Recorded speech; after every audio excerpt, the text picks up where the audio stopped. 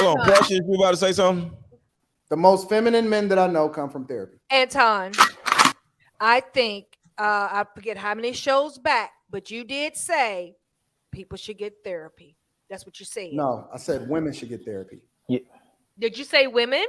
Women should get therapy. I said, let me tell you what I've said, and everybody on this panel can confirm it. I said that therapy was a scam. You said that, and then you come back after that on another show and said, you know, we should get therapy. And I had asked you, I forget what show it was. I forget what it was, but you said, yeah, people need therapy.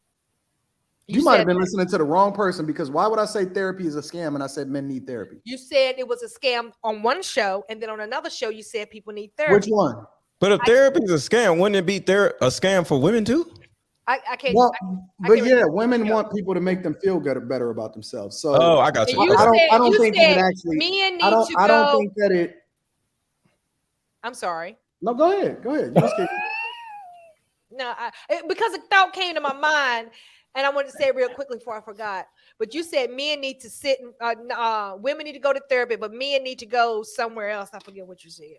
But men need to be around other men, and they need to suffer. I said that men need to suffer. That's what you said. Okay, so, but I would say this: there's nothing wrong with therapy. There's nothing wrong with men and women going to therapy. There's nothing wrong if you can go to a community and get the therapy you need. But I'm a strong advocate for therapy for men and women. Well, I would say that I don't think that men should ever take advice from women. I'll tell you, and that's your opinion. I can try to. I don't even know if this is a fucking. I don't think that men should ever take advice from women. Don't take dating advice from women. Mm-hmm. Don't take life advice from women. Don't take money advice from women. Don't ever look to a woman as a man for mentorship in anything that you've ever tried to do in life, because all it is going to do is make you weaker. She's going to subconsciously impose feminist talking points in ways in which that you're not supposed to operate as a man from a masculine perspective into your life, and it's going to weaken you, and you're going to create further trauma that you don't even know that you're creating. You're going to create it in your sons. You're going to pass it down in your daughters. How do you know that to be fact? Your life. How do you know that to be fact? That's fact. That's fact. How do you know it to be fact? Well, most men who got solid fathers in their life aren't going to take advice from a woman. Right. So I can tell you this. We can say that women file for divorce 70 to 80% of the time. But even that statistic is based off of a sample size. It's not based off of evaluating the entire population of 8 billion people plus, right? Mm-hmm. So nothing can be a fact, but we can use our life experiences and be able to draw on the things that we see in a regular everyday life in order to make, you know what I'm saying, draw conclusions and then make our hypothesis. So it don't have to be a fact, but the reality is that my life is a reflection of the thing that I see on a regular basis, and I'm winning. And in most cases, women ain't seen nothing, ain't discovered nothing, ain't seen. But I do know people that have men that have taken therapy and is winning too. Are they gay? Oh shit! No. Look. No. Let me just tell you something about my. I think in the black community, a lot of people in the black community don't believe in going to therapy.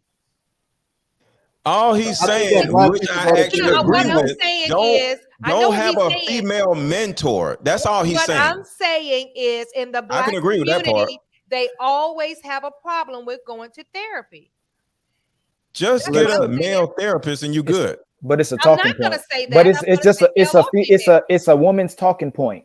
The problem with therapy, and whether y'all take I come from the same type of family that Anton might be talking about. I had uncles, grandfathers, everybody was married, everybody was strong knit together. When I got into my position, they didn't let me operate the way I wanted to operate. They wanted me to operate the way they wanted me to operate. I couldn't tell kids to be men. I couldn't tell kids to be women. I couldn't tell kids to suck it up. Every time they had an issue, you had to give them things for their triggers. Everything triggered them though. Eventually they gaslighted for everything. They always have a trigger, and they never took responsibility and accountability for everything until I ran my class the way I wanted to run my class. I didn't follow the. I was a mental health teacher in a school with teachers, and the teachers were destroying. So a majority of the teachers that's in the school system are destroying children. They don't even want to work there. They're over mothering them. If they do good, they take credit for it. If they do bad, they don't want to have nothing to do with the kid. And there's too many women in the system. And you're sitting in the meeting with women that's sitting with a young boy and giving advice on what should happen to a young boy. And when a man gives advice, the women shut all the advice down. The boy goes crazy, and then the women want nothing to do with him, just like in real life, where a lot of women don't want nothing to do with their mamas today, and their mamas kick the man and the women out their house. Well, so, Ali, do you agree that hold on, y'all, before I get cut off? Hold on. Let them finish. Let them finish, y'all. Let them finish. We need men and women school. We need people to develop into men and women. We don't need someone to keep making excuses for why they're doing what they're doing, and have someone just work them through their emotions and have a place to vet. So if I need to be accountable with Veronica, all I go is, I don't want to hear what you want to say, and I go to therapy. You know how many brothers I know go to therapy with their women, and then women stop going to therapy because the therapist outs the woman and what she's doing, and she don't want to go to therapy anymore. A lot of brothers go to therapy because women are telling them to go to therapy, and that don't fix the situation. And if you Google about self-help books and about what therapy is doing to people, is making people worse. I have a question, Ali. So were you in a public school? Private. No, I was I worked with youth at risk. All the kids that I work with all got kicked out of school. When they win my class, I swear to God, I can go get data from the school. I can go to the school and get it out. They all had A's and B's. The main requisite was having a man there. Like I already made it up. Kids don't need meds. They need men. The kids don't have men. They don't have discipline. Hold on, say that again. Say that again. That's kids don't need meds. They need men. Yes. That's it. That's it. I work and eventually when I was working in schools, the kids need love and support. They need a man that implements everything that's in that classroom, and they have high expectations and standards. If you're not doing that, we coming out the classroom. There's no ifs and ands or buts about it. You're gonna succeed. Ain't no other option. That's how I was raised too. If my mother put food on the table, I can't go nowhere till I eat it. I wasn't allowed to quit. I wasn't allowed to make no excuses. I didn't have parents that quit on me. My father, even when he had pneumonia, would still try to go to work. My mother never quit on her household. I had relatives that never quit. None of them came from mental health. And if they did go to mental health, I would look at them different too. If my father ever came to me and say he bipolar and got anxiety issues and he depressed, I would look at my father different. And it'd make me, because I'd reflect. My father, if he said that to me, I'd reflect just the same thing he's doing. I feel like I can do the same thing. A lot of people see what their mothers and fathers do generationally, and they make excuses just like their mother and father. So, Ali, why did you become a mental health teacher? Is that the correct?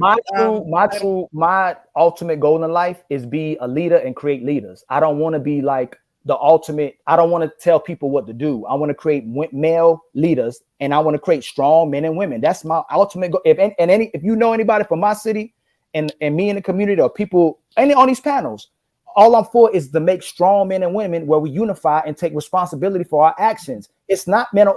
It is mental health because we're accepting what the same people that destroyed us, the same people who destroyed the men, women, and the kids, implemented something right behind it. They started educating us. They started giving us the medical fields, mental health fields, everything.